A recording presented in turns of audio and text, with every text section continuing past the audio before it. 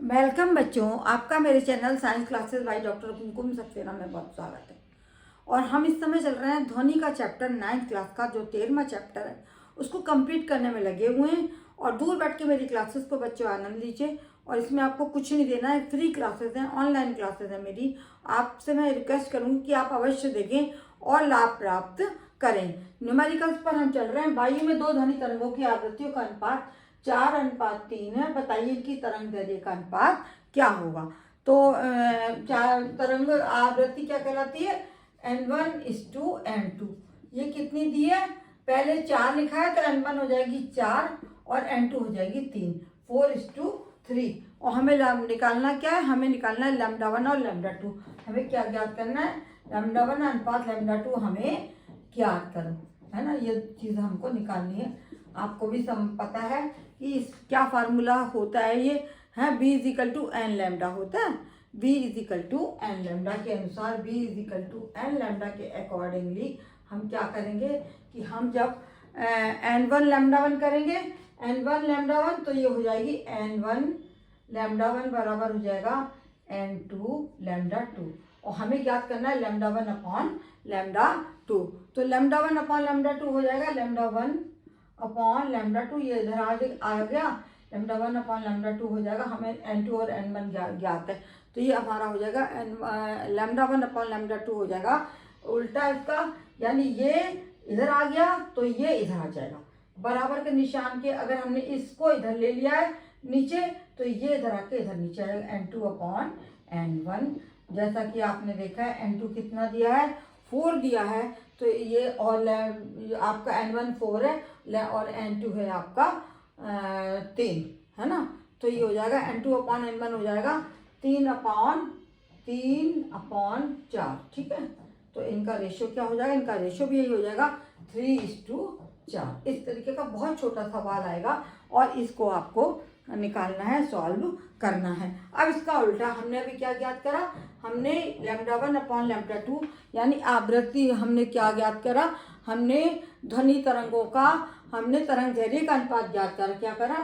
तरंग दैर्ध्य का अनुपात क्या होगा। अब इस उल्टा हो सकता है कि हमें आवृत्तियों का अनुपात निकालना। इस तरीके का भी सवाल देखिए, वायु में, ठीक है, सवाल मैं लिख रही हूँ, वायु में दो ध्वनि तरंगों का अनुपात, दो ध्वनि तरंगों का अनुपात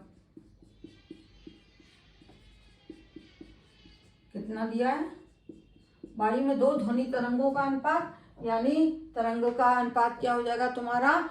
लैम्डा और λ2, है ना। तो हो जाएगा अनुपात, ध्वनि तरंगों का अनुपात 4:5 है।